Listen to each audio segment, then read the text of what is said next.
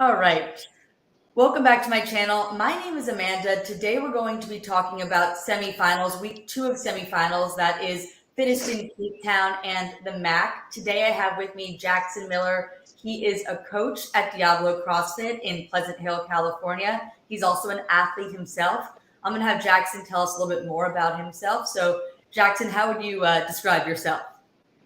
I would describe myself as a CrossFit enthusiast. I mean, I am an athlete. I compete, I coach, I program, and I have the pleasure of working with Amanda frequently.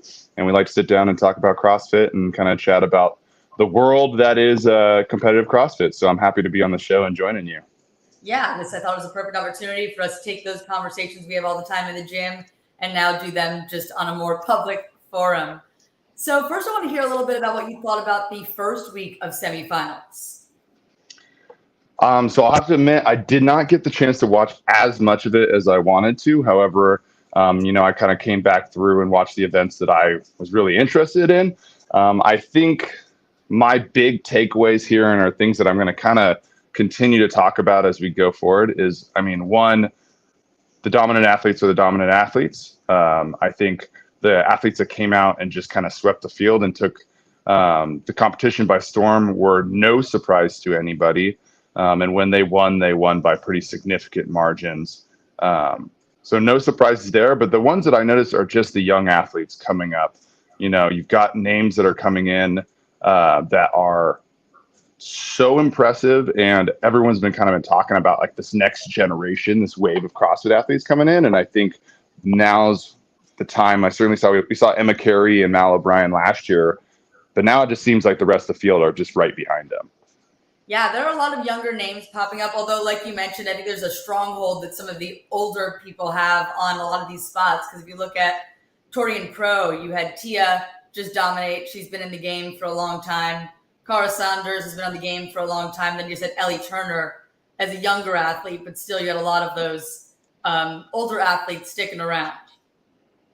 Yeah, it's really the war of the athletes we've seen, the perennial athletes that have been there for 10 years, and the ones that have been now dominating the teen events in CrossFit. Yeah, Haley Adams, that's a good example of that too. She's younger, only 21, although it feels like she's been around forever at this point.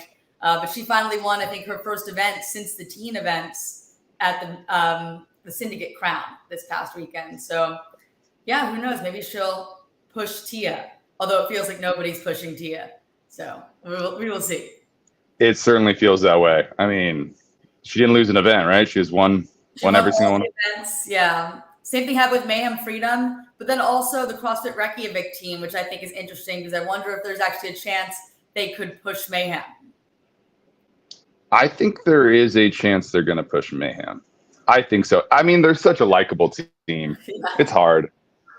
Yeah, I do. I hope so, but I just don't. We've rarely seen it except for that youth CrossFit team with that couple years back where they came in second, Mayhem. But other than that, they've pretty much dominated the entire team series the entire time they've been in it. So we'll see. Maybe this year will be the year. But we can jump into the semifinals. So I'm going to do Cape Town first because I think it's easier and I think it starts first. So I'm going to share my screen so we can see the athletes that are competing in the Fittest in Cape Town. And we will take a look at that. So hopefully we can all see that now. Can you see that, Jackson? No, but I can pull it up on my end. Okay. So we have a lot of names that I don't recognize in the Fittest in Cape Town. The unfortunate thing about this event usually is that the stream isn't great. We have a lot of events where the streams look like they could be the game streams. That is not usually the Fittest in Cape Town. So I think Jason Smith is usually the athlete who does really well here, which is impressive because he's 38 now. But I think he's the one who tends to win out of this region. And I think the smart pick would be to pick him to win again. I don't know who would really threaten him here. Have you gotten it pulled up? I have it pulled up, yeah. I mean, there's only one spot, right? Fittest Cape Town gets, one ranks. I don't see any of these guys coming in and beating Jason Smith. Jason Smith is an older athlete, but I mean, it's just a slimmer competition pool. Jason Smith's been in it for a while now. He seems to dominate the region. I recognize some of these names, but certainly not names that I think are being kind of pushed by the media as contenders to go to the games. I think Jason Smith's the guy here. Yeah. I mean, I guess because like you mentioned, not being pushed by the media, there could be somebody who we've all overlooked that could be very good, which would be awesome and exciting for the weekend. I just don't know if that's going to happen because usually CrossFit is pretty good at monitoring these things and has an idea of how these people are doing in like quarterfinals and things like that. Yeah, I think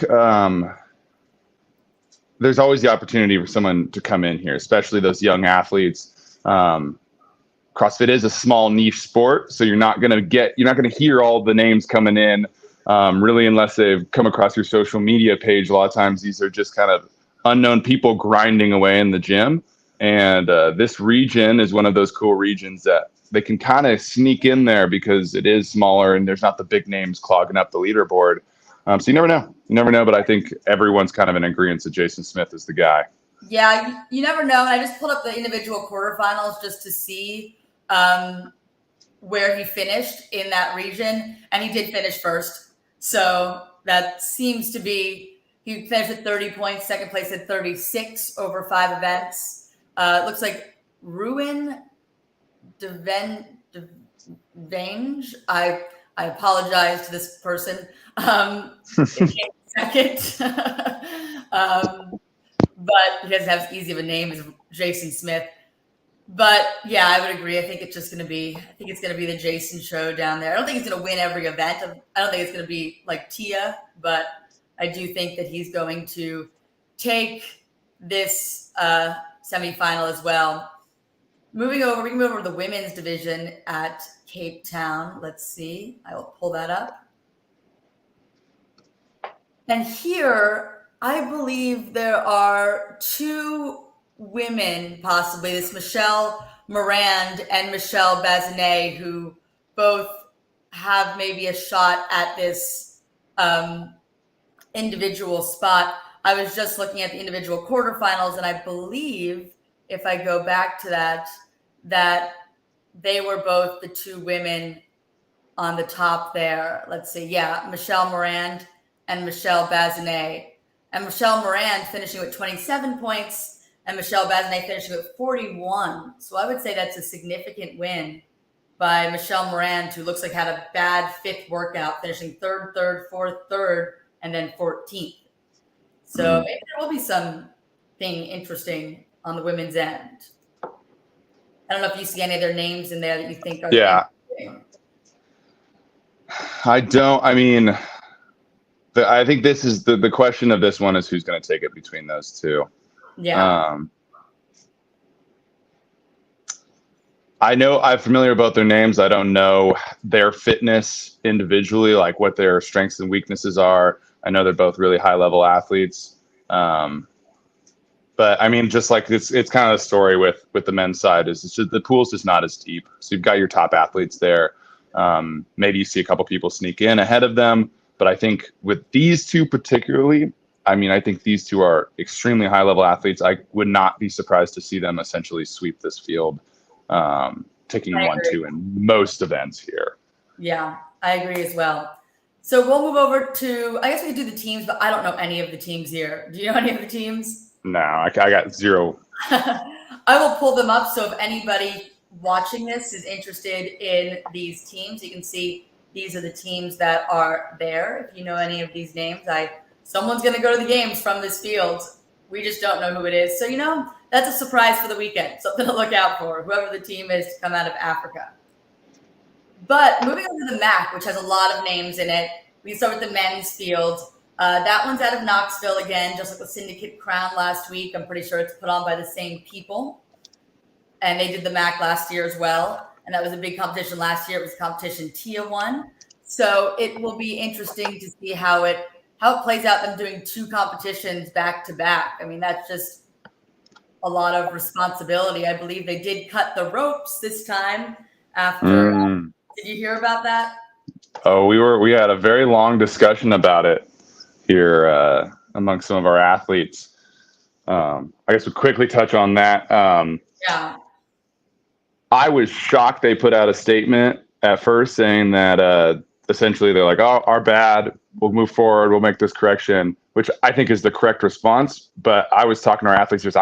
I can't believe they made that statement. I thought for sure they were going to play the blind eye, basically like, what ropes? I don't know what you're talking about. And then like 2 hours later, out comes their new statement, which is, I mean, that's corporate language right there. That's they're protecting themselves. Yeah, I agree. And denying that they knew about it. I don't know. I'm sure it had to have gotten back to CrossFit, or people talk, right? So I don't know. It's good they're cutting the ropes for all the rest of the semifinals, because at least nobody else has to get hurt. But on that topic, what do you think of this event? There's a lot of criticism, I feel like, of this repeat of the 2014 rope climb and shuttle run event, especially on the men's side, just because it's so many men are so proficient at it. What did you think about the execution of this event in the first week? I think there's room for this event. I think people across 6 events, this is a super fast event. And at the elite level, this is really just a test of endurance. I mean, these guys can absolutely rope climb, no problem. They're going to be fast through their rope climbs. They're going to be fast through transitions. So it's really just picking up the fastest clip you can and seeing who can hold on to that. Requires you are aggressive right from the beginning. And I mean, at this point for them, especially on the men's side, it's not even really a test of skill, right? Like all of these guys can legless rope climb now. Very rarely are you going to see somebody really struggle with this movement. So it's just a high pace. I mean, it's like what you see kind of in a regular CrossFit gym when you throw Fran in nowadays. Everybody can do those movements. It's just how hard are you willing to push? And I think in a 6 workout format, I think there's room for it. Yeah, I would say I was a little surprised that the women still struggled as much as they did with this. I mean, I would struggle with this, but I'm not at quarterfinals, because we still see women not finishing. We still see women even in the top heats. Occasionally, there'll be someone who doesn't finish in some of the different semifinals last week. So I thought women may have come a little bit farther. I mean, you could say Tia, she said that she did it in 2014, didn't finish at her regional. And this year she finished in like 3.5 minutes. So there are some women who have made incredible improvements. I'm interested in seeing Katrin do this workout next week or the week after when her semifinal happens, because this event kept her out of the games in 2014. So that'll be interesting to see how much she's improved. And I'm sure she has. But I am a little surprised that we are seeing as many women struggle as much as they are on this event. Are you at all surprised? I am. I'm always surprised when I see, I mean, there's a couple events from the last weekend, like was it King Richard or King Arthur? King Arthur, I thought it was an awesome event. They're awesome event, but you realize that even at the semifinal level, there are levels to this game, right?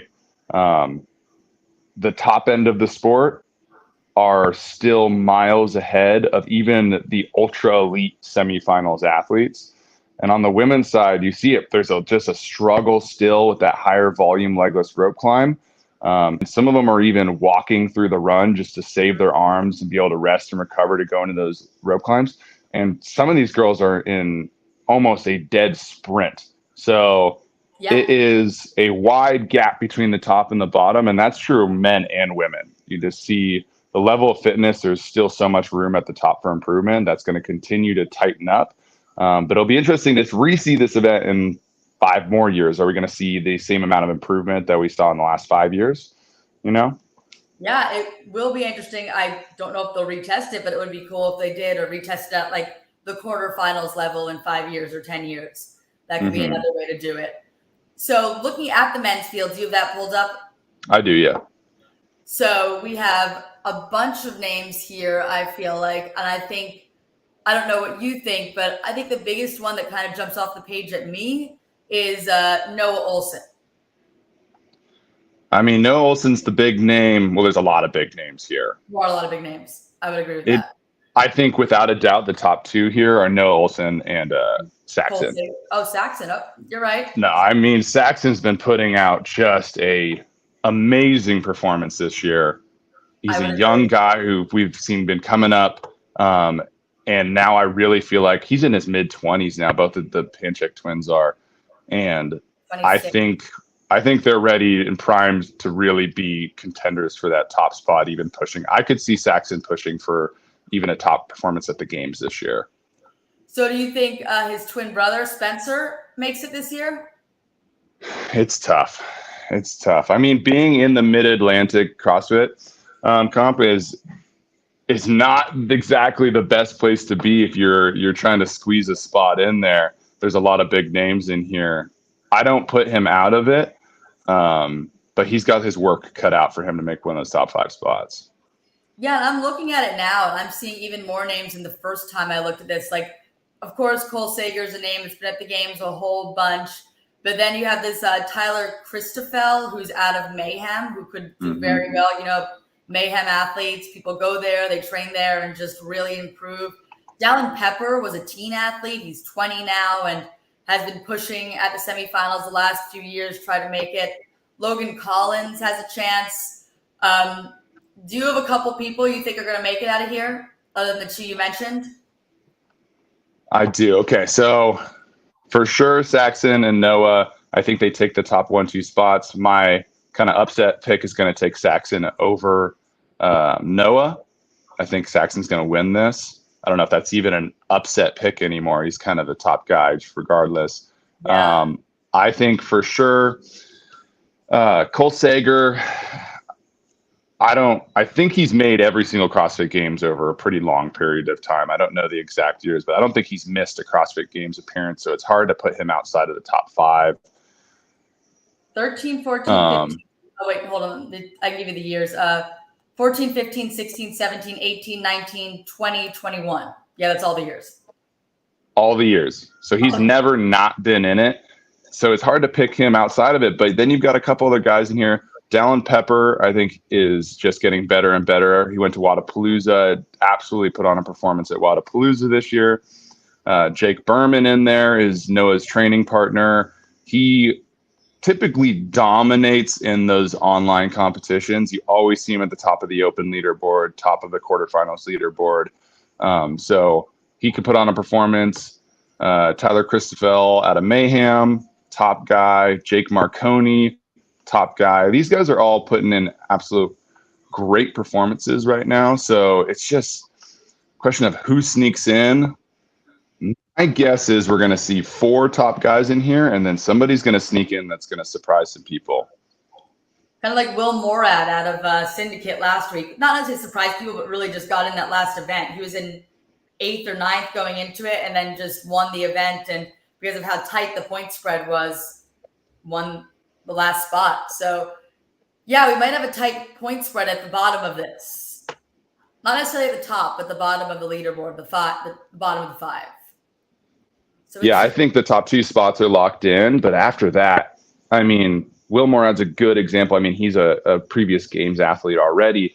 But when you've just got these North America, European, even Torian Pro last weekend, there's so many fit individuals at these competitions that, I mean, you're just not seeing any weak links. You have to be unbelievably fit to make it here. And over 6 events, it's a lot of events, but it's certainly not enough for some guys to really walk away with some huge wins and take a lot of points and put themselves in contention to make that top 5. I think you mentioned the Torian Pro. I think it might be an argument that Australia needs more spots than 3. Yeah, I mean, the Aussies are fit. They are very fit. They're not as deep as you see in Europe and North America, but man, they seem to represent themselves on the leaderboard every year at the games. Yeah, they perform well. That's the thing. They're not coming in here and finishing 38th. That's not great. I mean, 38th at the games is wonderful that you're still a super fit individual, but a lot of these Aussies are Cara Saunders and you have Tia. They could both be on the podium this year. That's most of their spots. Yeah, it's a good point to make that if you make it through the Torian Pro, you've got a really good shot at being a top 10 contender. Which you can make the argument that maybe they need more spots. I certainly wouldn't disagree if CrossFit made that decision. But it's a tough one to make. They got a lot of hard decisions on how to format these semifinals to get the right people to the games. And I don't envy that job because that's not an easy decision to make. No, and I think it's still a work in progress. And I think they've sort of admitted that they're still working on trying to figure out the best way to do all of this. So we'll see. I'm sure it's going to evolve over the next couple of years, but we can move on to the women's side of this leaderboard. Oh, I do want to mention one more thing. When I was looking at these names, Training Think Tank and Mayhem are two training groups that seem to pop up a lot and have a lot of really good athletes and proven. Those are three big training camps I've noticed so far this season. I don't know if you've noticed anything similar. I mean, I think we're starting to see the progression of CrossFit in the same way you see a lot of sports. Is just you come to the realization that if you want to be a top contender, you got to go train with other top contenders. I mean, if you go to Mayhem and you go compete there, and let's say, I mean, we've got, I think it's Bailey Rail coming in for Mayhem on the women's side. She competes and trains with Haley Adams every single day. And whether she wins or loses, she's still probably, if you were going to put that workout against a worldwide leaderboard, top in the world, just by being close, even in vicinity and competing against Haley. Very rarely are the two of them ever going to put up a score that's not a top in the world score, and to do that day in and day out. Obviously there's huge advantages there. So now we're starting to see these camps, these teams come out that are now, I guess, I come from a swimming background. We used to call them centers for excellence, where everyone kind of gathers in these centers for excellence, and they start pumping out some top athletes continuously. Yeah. And I just got a comment that I'm going to read here from someone named Alexander Hitch. It says, Jamie Simmons and Maddie Sturt, those are out of the Taurine Pro, would qualify in many other semifinals, but they are unfortunate to face Tia and Cara with only one spot left. And I do agree that going into the Taurine Pro, it kind of felt like there was one spot for somebody to grab. Like those two almost guaranteed spots. And then you had Jamie Simmons, who I believe finished in 5th, and Maddie Sturt, who finished 4th. And I think it was like 4 points out of qualifying. But, I would say both those athletes have a good shot in the last chance qualifier. And that's kind of a cool element of this new system where they can possibly still make it to the games, even though they lost their semifinal. Yeah, definitely. I mean, I think that argument, it is true at the Taurine Pro, but likely is true everywhere. I mean, let's say Cole Sager lands in 6th in this semifinal right here. I wouldn't be shocked to see him just outside the qualifying spot. And then you can make the argument that he's likely plenty fit enough to go to the games. And it's something that's true about CrossFit in general is some people are better the deeper they go into this. So Cole Sager, for example, goes to the games and starts doing these kind of odd object, strongman type movements. And he does great in those events, but you just don't see him as much at the lower level or something like a swimming event. That is something that you're not going to see here, but some of these athletes, had they seen it earlier on in the competition, would go and progress on to the games. But I think it goes across the board. You never know who's going to make it in this kind of format. It's hard to have a format that truly finds the top contenders. Yeah, I would mention also Christy O'Connell, who has done really well at the games a bunch of times. The last 2 years, she's kind of had to battle in her semifinal. She qualified last week out of the Syndicate Crown, but she had to battle the last day, finishing, I believe, she may have won the last 2 events or came close to it to actually get in to the top. She was in 19th after the first day. So as these events go longer, she tends to finish in the top 10 at the games as you have 16 events versus just 6 at events like this. Yeah, that's the 6-event format, which I was surprised. I thought they would do more than that. The 6-event format does not leave a lot of room for any mishaps, any misplaced events. Yeah, they used to have 7, I believe, sometimes at regionals, but I think most of the semifinals, maybe all of them, only have 6 this year.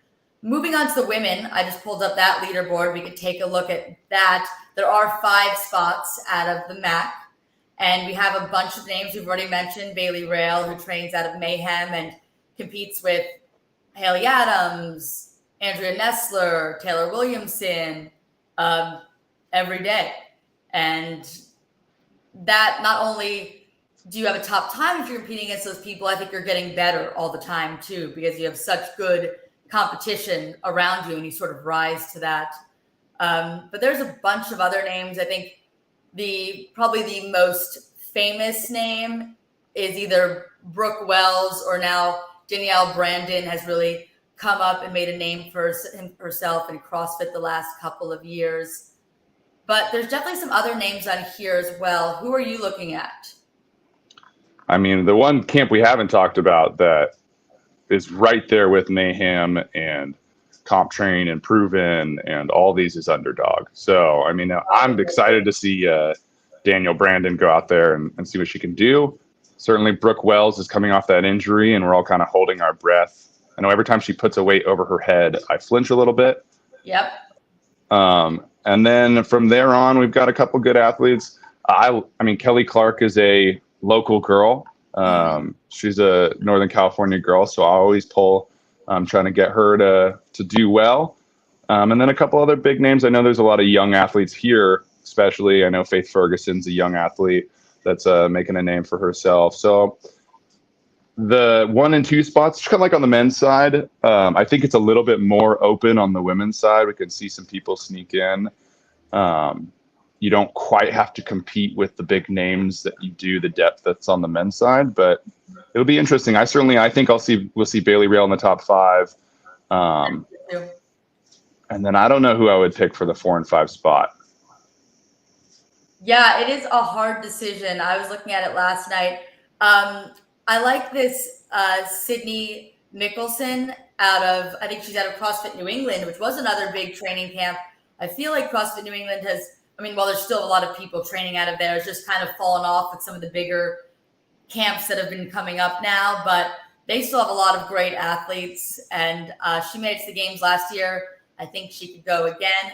I also do like Kelly Clark. I believe that she is older in the CrossFit world. She's 35, and she could have went to the Masters, I believe, and chose to go this route. And I imagine she's feeling really good and wants to give it I'm sure everyone wants to give it their best effort, but there's something different when you know that you're nearing the end of your individual career. You may be able to go Masters, but how many times are you going to make it back to the semifinals as an individual once you're getting closer to 40? You just never know. So I just hope this is her year.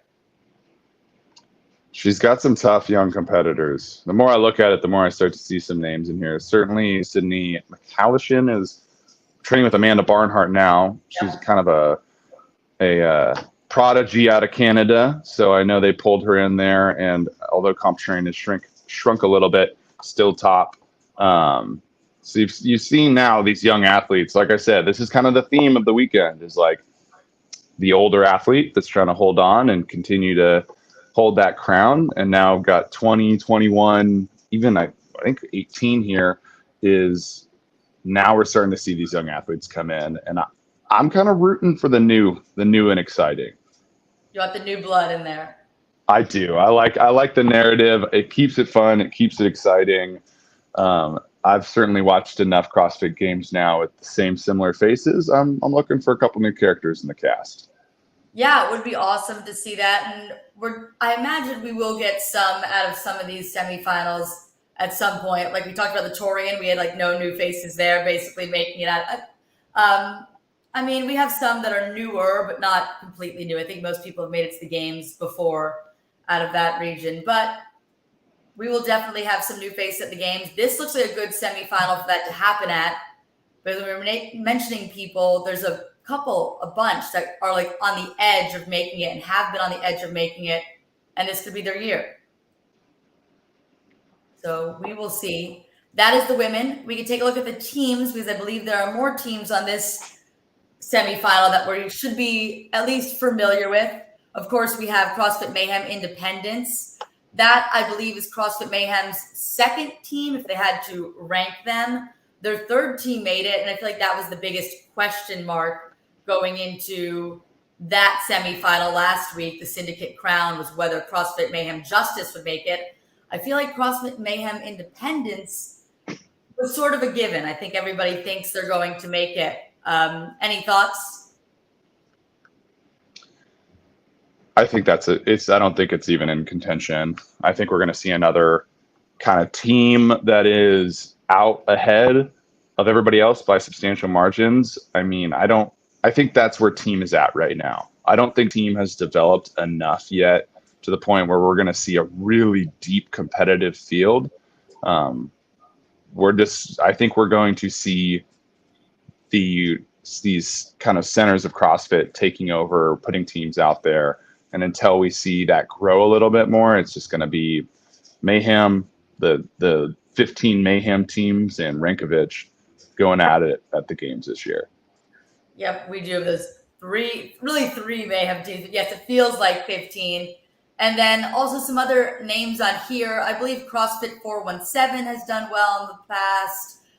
Three Kings CrossFit Black may have made it to the games before. I also see two Coda CrossFit teams. I actually was a member at a Coda CrossFit in Oklahoma when I lived there. So it is cool to see them on the leaderboard. And I do believe Coda CrossFit United did make it to the games last year. So, I could pull to hope to see them again there as well.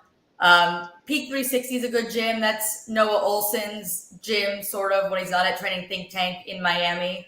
So they obviously have some elite level athletes there. So maybe there's another shot there. But I think there's some names here, CrossFit Kilo, that could make the team competition interesting enough where you have names that you might want to watch the top heat. I would watch the top heat. I mean, team is fun to watch in general. I usually just kind of put the blinders on and eliminate the top team and then just watch that fight for a second. Those athletes are amazing. The events are fun to watch. I've been looking at the programming for these semifinals for the team events and trying to kind of pick some things out so that we can test them out here. So there's certainly some stuff that I think is going to be really cool to see. But once again, I should know more about these teams as somebody who competed in team this year. But I haven't jumped on the team train like some people have. I get very honed in on my individual athletes. And then of course I pick up what the media is putting out there for the top teams. Yeah, I do hope that we start seeing more attention placed on the teams. And I think this year we're going to see it with multiple mayhem teams to focus on as opposed to just one. And also with CrossFit Reykjavik coming in and maybe giving them a push. I think there'll be a couple more eyes on the teams than years past, or hope. I'm pushing for Annie. Man, do I want to see them take it. It would be awesome. It'd be so cool. They're so likable. I mean, they put together, and he did a good job of putting together not only 4 athletes that are phenomenal CrossFit athletes, but just fun to watch together. They have got a personality, which is, I feel like, uncommon in CrossFit, is having really big personalities in the top spot. So I'm pushing for it. I don't think it's going to happen, but I hope so. Never know, right? This could be the year. And like I said, it did happen before. Mayhem has come in second at the games to Ute CrossFit a long time back. So maybe like 2016, 2017. So I think it was 17. I think we were in Madison. So could happen again. But I think there's a lot of interesting things going on this weekend. I've been really excited having all of these semifinals back in person, having so much stuff to watch, being able to actually see the athletes compete. We had some that were virtual last year, so you really couldn't watch it in the same way. I'm excited to have another weekend of things to watch and CrossFit. You mentioned the programming. Have you seen anything in the programming that you are excited about? I've seen I'm here just looking at the massive programming right now. I thought there was a pretty well-rounded group of workouts here. Certainly, I thought there was kind of maybe this is just my perception of watching. There's definitely a lot of focus on overhead strength. We're seeing a lot of handstand walking, a lot of shoulder to overhead. There seems to be a really big focus on that. Other than that, I feel like it's a pretty good test all around. We're seeing now some longer format running in a semifinal, which is something that's usually kind of reserved for the CrossFit Games. So I certainly like the direction the program is going in. Yeah, I would agree that we did see a lot of overhead stuff. The handstand walk, I believe, was mandated by CrossFit, so they every semifinal had to have some sort of handstand walking in it and a certain amount of distance. So we're going to see I did that. not know that. Yeah, so I believe CrossFit gave all of the semifinals some parameters that they had to work within while programming. So there's a certain amount of things that we are going to see over and over again at all the semifinals, even though the semifinals are different and have different events. But I actually kind of like that we're seeing some of the same events. We have the two events that are exactly the same across all the semifinals, but then some different events. Because I remember back in regional days, some of the events were fun to watch over and over again to see people beat the times. But then sometimes it got a little bit boring watching the same exact event for 4 weeks be performed again and again and again. It's certainly up for debate because I see the necessity of having congruency across all of the events, right? I mean, for the example of going to Torium Pro and you've got Jamie Simmons who didn't make it there, had the events been different, had been programmed differently, or if she was at a different semifinal that had events favored her a little bit better, could she be going? Yes. However, I think the test of CrossFit is really, I mean, let's go back to the pull the workout from the hopper, technically the fittest should go on no matter what the event is. That's not 100% true, but I do believe in the methodology there. So it is fun to see a wide variety, and somebody who does a lot of programming, I love to kind of pull inspiration from here and see where their head is at as far as programming a 6-event weekend. Yeah, and if you want to argue that people could possibly make it if the programming was different, you could then go into the same argument of, well, they could make it if there were different people at the semifinals. Certainly. Yeah. No, I think it goes both ways. Yeah, you can kind of go down a rabbit hole with that. So I do think it is interesting to now have at least 2 events that are the same across the semifinals. So I think it is nice to be able to compare. And then at the end, when you have all the athletes, you can look at how they all did on certain events. And they are comparable. The one thing that makes it a little bit confusing is they do them at different times during the event. So doing that legless rope climb after King Arthur, which was a long event with squatting, with running, and then doing that versus some of the other semifinals that did that event first, and you're fresh, you're pulling fresh.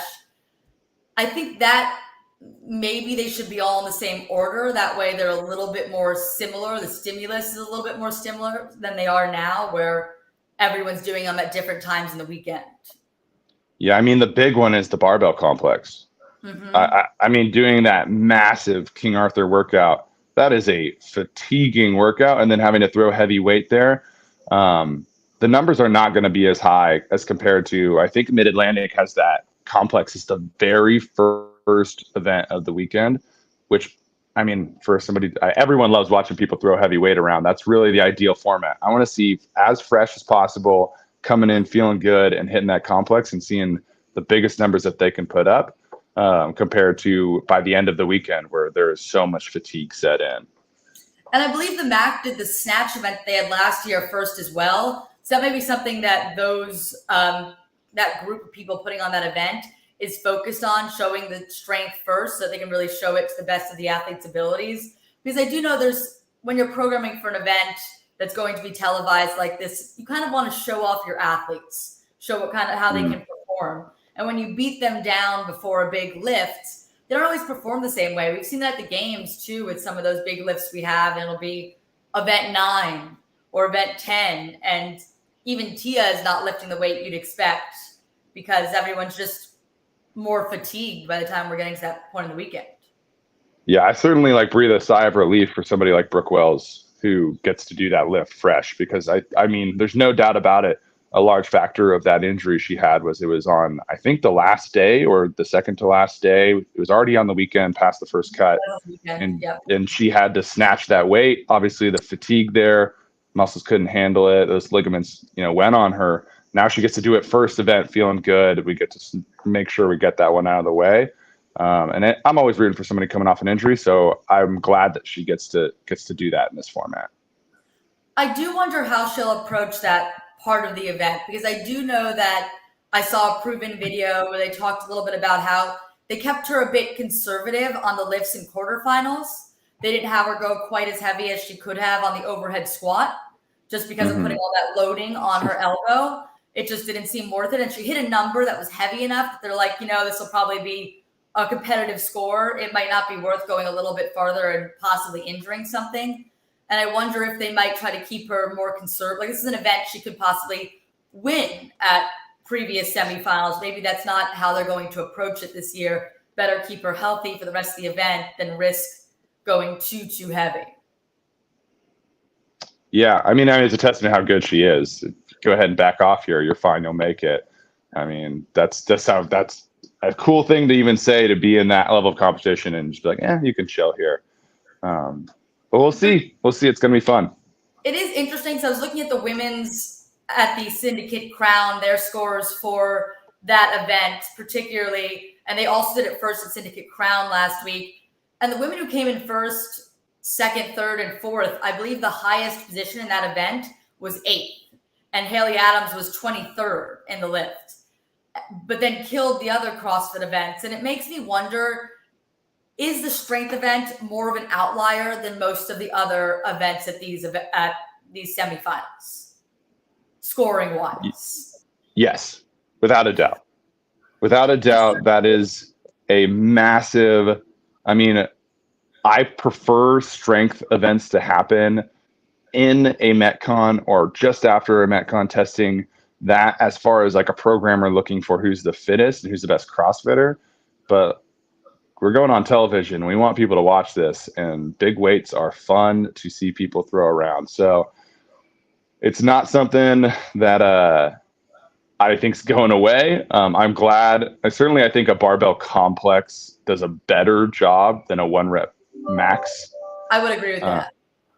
But I like watching somebody hit a heavy clean and jerk or a heavy snatch, and I know most people do. So I don't want it to go away, but I do think it favors one type of athlete.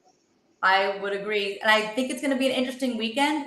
I really appreciate you doing this live stream with me and taking the time out to go over this with me. I think we're in for a fun weekend, and maybe we'll check back in with you at some point within these semifinals about how things are going. Yeah, thanks for having me on. Yeah, thank everyone who joined us today, and make sure you like this video. Ask any questions in the comments. I'll go through those and check those out and respond to a bunch of them, and subscribe. I appreciate everyone who tuned in. Thank you all.